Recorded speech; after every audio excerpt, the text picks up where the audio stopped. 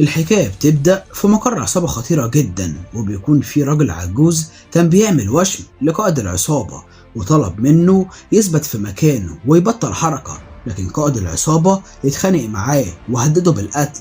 فالراجل العجوز اتأسف وكمل في رسم الوشم بدون كلام، بس فجأة واحد من المجرمين وصل وبيكون معاه رسالة، والرسالة دي كانت من شخص مجهول.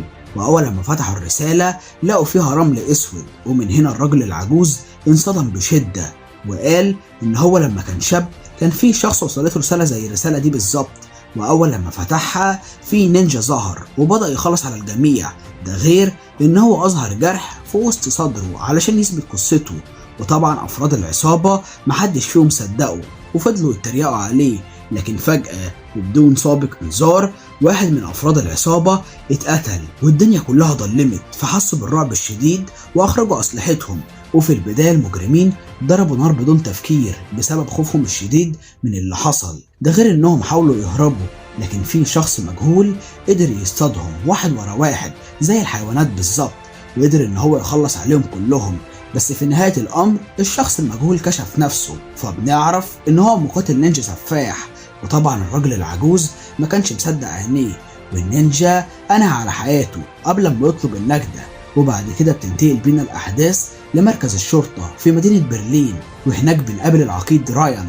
ورايان اتفاجئ بالمحققة ميكا لأنها كانت بتكلمه عن وجود جماعة نينجا مجهولة بيخطفوا الأطفال وبيدربوهم علشان يبقوا سفاحين. بس رايان مرضيش يصدقها وقال إنها بتخرف، لكنه وافق يساعدها في التحقيق في القضية لأنها قدمت أدلة قوية جدا. وفي نفس الوقت ده ريزو كان في غسالة الملابس، وريزو يبقى شاب بسيط واتفاجئ ببنت جميلة طلبت منه يساعدها، ولما بص في عينيها قدر إن هو يكشف إنها مقاتلة نينجا متخفية وبتكون عاوزة تخلص عليه، فبدأ يقاتلها بمهارة عالية جدا. أما صاحب المغسلة فاق من النوم على آخر لحظة بسبب صوت القتال، ولما خرج فاكتشف إن مقاتلة النينجا ميتة وموجودة في إحدى الغسالات. وبعد كده ريزو روح البيت الخاص بيه، ولما كشف أسلحته فبنعرف إن هو مقاتل نينجا محترف. وريزو بيفتكر أيام زمان لما معلمه قدمه لكل التلاميذ في مدرسة النينجا للفنون القتالية علشان يبدأ التدريب بتاعه ويكون سفاح عديم الرحمة. ولما كان بياكل مع أصدقائه فالمعلم أظهر لهم تقنية سرية بتمكنهم من علاج جروحهم في ثواني معدودة، ده غير إن هو كان بيجبره يحارب باقي التلاميذ في قتالات مدمرة، وقال له ما ينفعش تردد وانت في المعركة لأن خصمك اللي قدامك هيقتلك بدون رحمة. وريزو كان بيتمرن على مسامير خشبية لأنه اتعلم يتحكم في أعصابه وما بقاش يحس بأي وجع، ولكنه اتذكر لما معلمه كان بيختبره وبيضربه لأنه ما التزمش بالتدريبات. وفي يوم من الأيام ما كانش قادر ينام من كتر الوجع، بس في بنت من زملائه اتسللت بهدوء وعالجت جروحه علشان تخفف عليه الألم. وقبل ما ريزو ينام ففضل يفكر فيها طول الليل. وفي الوقت ده المحققة ميكا قابل السيدة عجوزة، والسيدة دي بتكون زوجة عالم آثار بيبحث عن النينجا اللي بيخطفوا الأطفال. ومع إن العالم ركب أنوار في كل حتة حوالين بيته علشان يدافع عن نفسه، فكان في مقاتل نينجا قدر يغفله ويخلص عليه. فالمحققة ميكا طلبت من السيدة فيديوهات لكاميرات المراقبة علشان تعرف إيه اللي حصل بالتفصيل. والمحققة ميكا وهي بتراجع الكاميرات قدرت إنها تلمح ريزو وهو بيتسلل البيت، والمحققة ميكا قررت إنها تبحث عنه وتوصل له بأي شكل من الأشكال لأنه بيهدد خطر كبير جدا على البلد. أما ريزو بدأ يجهز أسلحته وبدأ يتدرب بشراسة عالية جدا، والأسلحة المفضلة عند ريزو بتكون سيوف الكاتانا والخطاف المميت لأنه ماهر جدا في استخدامهم ومالوش أي حل. بس في وسط التمرين افتكر لما كان شاب مراهق وتحدى واحد من زملائه في قتال وخسر التحدي، فمعلمه هزقه وضربه ضربة في قلبه خلاه يحس بألم رهيب واترمى على الأرض من قوة الضربة. حتى البنت زميلته حست بالشفقة عليه. وبعد ما جميع المقاتلين ناموا فريزو حس بالوجع، لكن تاني يوم لما المعلم رجع اكتشف ان هو فاق من جديد واستعد للتدريب من تاني. اما المحققة ميكا قالت لزميلها رايان على الاسرار اللي عرفتها، فرايان قال لها انهم لازم ما يعرفوش اي حد باللي حصل لان في جواسيس بكل مكان. ولما ريزو كان بيتمشى في السوق افتكر ان البنت زميلته كانت بتقطع السلاسل اللي موجودة على النباتات، فعرفها اللي هي بتعمله مخالف للقوانين، لكنها قالت ان كل كائن حي ليه قلب وما ينفعش نأذي الأبرياء بدون سبب. ومن هنا ريزو أعجب بكلامها. وفي الوقت الحاضر ريزو كان بيتمرن على قفز الأسلحة وهو مغمض عينيه، وافتكر ازاي يتعلم تقنية القتال لأن المعلم بتاعه أجبره يواجه أي واحد من زملائه من غير ما يشوف أي حاجة. وفي بداية القتال ريزو كان هيخسر، لكنه استخدم حاسة السمع وركز على خطوات الخصم بتاعه لحد ما كسبه في النهاية. أما البنت زميلته ففازت بالقتال الخاص بيها، ومن هنا بنعرف إن اسمها ميكو، والمعلم أعطاها سكينة علشان تجرح الخصم اللي كانت بتواجهه، لكنها رفضت، فالمعلم جرحها لأنها خلفت أوامره. وبالليل ريزو استغل ان باقي التلاميذ نايمين واتسلل بهدوء، وبعد كده راح لميكو اللي كانت محجوزة في قفص خشبي بسبب مخالفتها للأوامر، وساعدها انها تشرب مية لانها كانت هتموت من العطش. ومدة عقاب ميكو استمرت لفترة طويلة، لكنها رجعت للتدريب مع باقي التلاميذ من جديد. وفي يوم من الأيام اتسللت وسط الليل وحاولت انها تهرب، لكن ريزو وقفها وقال ان لو المعلم عرف هيبعت نينجا وراها علشان يقتلوها. فميكو قالت له انها عايشة في سجن ولازم تتحرر، ده غير انها طلبت من ريزو يجي معاها ولكنه رفض، واتمنى لها التوفيق في رحلتها. وللأسف ميكو ما قدرتش تهرب لفترة طويلة لأن المعلم وباقي النينجا قبضوا عليها في ثواني معدودة. وأول لما ميكو اتمسكت اتربطت قدام باقي التلاميذ، والمعلم أمر شاب اسمه تاكاشي إنه يخلص عليها، فتاكاشي أنهى حياتها بدم بارد وهو بيبص في عيون ريزو. ولما ريزو كان في بيته وصل له تليفون من شخص مجهول فانطلق لطريقه. ومن هنا بنعرف ان هو بيبحث عن المحققة ميكا لان الصورة بتاعته معاها. اما المحققة ميكا كانت مرعوبة وقالت لزميلها رايان انها حاسة ان في حد بيتتبعها، فرايان طلب منها تهدي اعصابها. وبعد ما ميكا رجعت للبيت اتفاجئت ان الكهرباء اتقطعت، ده غير انها اكتشفت رسالة مجهولة، ولما فتحتها لقت فيها رمل اسود، واكتشفت ان في نينجا موجود وعاوز يخلص عليها. بس من حسن الحظ كان في مقاتل نينجا تاني معاه خطاف وانقذها على اخر لحظة. وطبعا ميكا حست بالرعب وبدأت تضرب نار في كل مكان، بس من حسن الحظ مقاتل النينجا اللي معاه الخطاف انتصر بالنهاية وانقذ حياتها. وميكا اكتشفت ان المقاتل صاحب الخطاف يبقى هو ريزو، وقالت له انها شافته قبل كده في شريط فيديو. فريزو قال انهم لازم يهربوا لان في جيش من النينجا هيوصل قريب. وبالفعل ريزو وميكا هربوا من المكان على اخر لحظة. وبعد فترة صغيرة في مجموعة من مقاتلين النينجا ظهروا واتفاجئوا ان صديقهم مات، فأصروا على الانتقام. ومع ان ريزو كان واحد من النينجا الا ان هو انقلب عليهم بسبب دمويتهم وقلبهم البارد لانهم قتلوا صاحبته ميكو. والمحققة ميكا قالت انها اتعرضت للهجوم لانها كشفت اسرار النينجا. ومن هنا ريزو افتكر لما المعلم امره علشان يقتل شخص علشان يرقيه ويبقى نينجا محترف. وفي البداية ريزو استغل ان الشخص ده في مكان معزول وحاول يغفله ويخلص عليه، لكن كان ضخم جدا وقوته ملهاش مثيل، ونزل ضرب في ريزو بدون رحمة.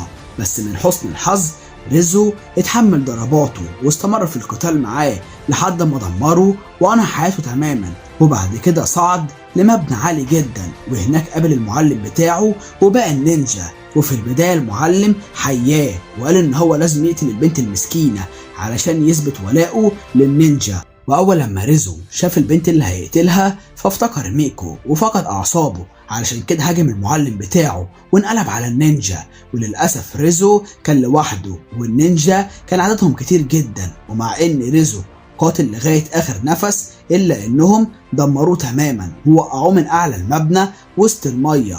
وريزو اخد المحققة ميكا لبيته وطلب منها تغير هدومها علشان النينجا ما يقدروش يتبعوا ريحتها. وبعد كده المحققة ميكا اتصلت على زميلها رايان وقالت له ان في مقاتل نينجا قدر يساعدها. فرايان قرر يقابلها في مكان مهجور علشان ياخد منها باقي المعلومات. وبالفعل ريزو وميكا راحوا علشان يقابلوا رايان. واول ما وصل رايان فجأة فظهر مجموعة من الضباط في العمليات الخاصة وقدروا انهم يسيطروا على ريزو بكل قوتهم. وطبعا ميكا اتفاجئت من اللي حصل واتخانقت مع رايان، فرايان قال ان ريزو مقاتل خطير جدا ولازم يتم القبض عليه في اسرع وقت ممكن.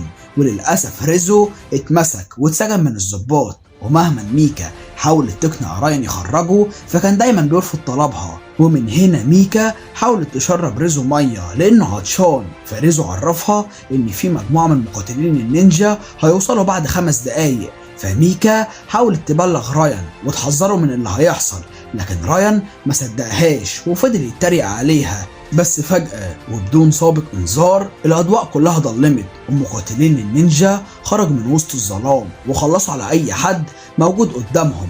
وطبعا المكان انقلب كله لفوضى تامة، والضباط بدأوا يموتوا واحد ورا واحد. لكن ميكا قدرت انها تاخد مفاتيح السجن وانطلقت باقصى سرعتها علشان تحرر ريزو من الاسر. واول لما ريزو فك قيوده خلص على واحد من مقاتلين النينجا واخد ميكا علشان يهرب بها من المكان. وميكا وريزو شقوا طريقهم بشجاعة وسط المخاطر، لحد اما ريزو طلب من ميكا انها تهرب لانه حاسس ان في مقاتلين نينجا موجودين قريب من المكان. وبالفعل ميكا ركبت السيارة بتاعتها، ومع ان في مقاتلين نينجا هجموا عليها الا انها قدرت تتصدى ليهم وقدرت انها تنجي باعجوبة. اما ريزو واجه جيش كامل من النينجا وكانوا عاوزين يقتلوه لانه خان الجماعة بتاعتهم وانقلب ضدهم. وفي بداية القتال ريزو استخدم الخطاف الخاص بيه وقدر ان هو يتصدر اعدائه بمهارة ملهاش مثيل، لكنه فقد الخطاف واضطر ان هو يقاتل باستخدام سيوف الكاتانا. وللأسف مقاتلين النينجا كانوا كتير جدا، ومهما ريزو حاول يتصدى ليهم فما كانش قادر يسيطر عليهم، واضطر ان هو يهرب للشارع واستمر في القتال معاهم. بس في مقاتل نينجا ظهر في المكان فجأة وجرحه في بطنه. وقبل ما النينجا يقتل ريزو فميكا ظهرت بالعربية بتاعتها وانقذته على اخر لحظة. وبعد كده الاتنين هربوا بسرعة البرق ورجعوا البيت من تاني. وفي النهاية ريزو فقد الوعي بسبب اصابته الشديدة، فميكا خرجت علشان تتصل على رايان وطلبت منه يحضر ويكون معاه الدعم. لكن ميكا اول لما حاولت ترجع للبيت فاكتشفت ان في مقاتلين نينجا ظهروا واخدوا ريزو معاهم. وللأسف رايان وباقي ضباط الشرطة وصلوا متأخر. أما ريزو فاتمسك من النينجا، ولما كان في الطريق فاستخدم تقنية سرية علشان يداوي جروحه. وبعد فترة صغيرة فريزو وصل للمعلم أخيرا، ومن هنا المعلم قال إن هو هيبقى زعيم النينجا لما يكبر، لكنه خانهم كلهم. فريزو شتمه لأنه قتل ميكو، وطبعا المعلم اتعصب عليه وعرض ريزو قدام باقي النينجا وهو بيتعذب لأنه خاين وملهوش أي أمان. لكنهم لاحظوا إن في جهاز تتبع مزروع في بطنه من المحققة ميكا، ده غير إن في جيش كامل من الضباط اقتحموا المكان ونزلوا طحن في النينجا باستخدام الرشاشات. ورايان والضباط اتباعه فاجئوا النينجا بكل ذكاء وقدروا انهم يخلصوا على جزء كبير منهم، وحتى ميكا انضمت للقتال. اما ريزو دخل المبنى الرئيسي علشان يدور على المعلم بتاعه وينتقم منه، لكنه اتفاجئ ان في مجموعة نينجا حاصروه من كل اتجاه وحاولوا يخلصوا عليه. وفي البداية ريزو استخدم المهارات اللي اتعلمها وتصدى لهجمات النينجا بكل مهارة، ولأن مهارته أسطورية بالكونج فو واستخدام الأسلحة فقدر إن هو يسيطر عليهم كلهم إلا مقاتل واحد بس. ولما المقاتل ده كشف قناعه فبنعرف إن هو تاكاشي، وتاكاشي يبقى نفس الشاب اللي قتل ميكو. فريزو اتعصب بشدة والاتنين نزلوا طحن في بعض، وريزو وتاكاشي كانوا متعادلين في القتال لأنهم اتدربوا تحت إيد نفس المعلم. لكن مع الوقت فريزو تفوق عليه وانهى على حياته تماما، وبعد كده راح علشان يدور على المعلم بتاعه لأنه خطفه من أهله وهو صغير وأجبره يبقى مقاتل سفاح عديم الرحمة. وأول لما المعلم شاف ريزو فاستخدم تقنية نينجا سرية واختفى من المكان في ثواني معدودة. وبعد كده حاول يغفل ريزو وهاجمه من ظهره، لكن ريزو تفاداه بسرعة البرق. وللأسف المعلم كان ماهر جدا، ومهما ريزو حاول يهزمه فما كانش قادر بسبب خبرته العالية في الفنون القتالية. والاتنين فضلوا يتقاتلوا قدام بعض لحد ما وصلوا لغرفة ممتلئة بالنيران. فالمعلم سيطر على ريزو ومسكه وفضل يضرب فيه، لكن قبل ما يقتل ريزو فميكا ظهرت وحاولت انها توقف المعلم، فالمعلم طعنها بدم بارد. ومن هنا ريزو حس بالغضب الشديد واستخدم تقنية نينجا سرية علشان يتحرك بسرعة رهيبة، وبعد كده شرح المعلم بسيف الكاتانا الخاص بيه ودمره تماما من اجل الانتقام لكل الناس الابرياء اللي موتهم. وفي النهاية ريزو انتصر وقدر ان هو يوصل ميكا لرايان علشان يعالج جروحها وتأكد انها بخير. وبعد ما مدرسة النينجا اتدمرت فريزو افتكر صديقته ميكو وحس بسعادة ملهاش مثيل لانه انتقم لها اخيرا، وقدر ان هو يرجع حقها وقضى على الشر في المدينة كلها. ومن هنا بيخلص فيلمنا انا مينا اسحاق. فلو عجبك الفيلم ما تنساش تحط لايك وتشترك في القناة وتفعل زر الجرس علشان يوصلك كل الملخصات النهارية، وما تنساش تعمل متابعة على صفحة الفيسبوك علشان تقولنا على الافلام اللي تحب نلخصها لك. اشوفك الفيلم الجاي يا صديقي، يلا سلام.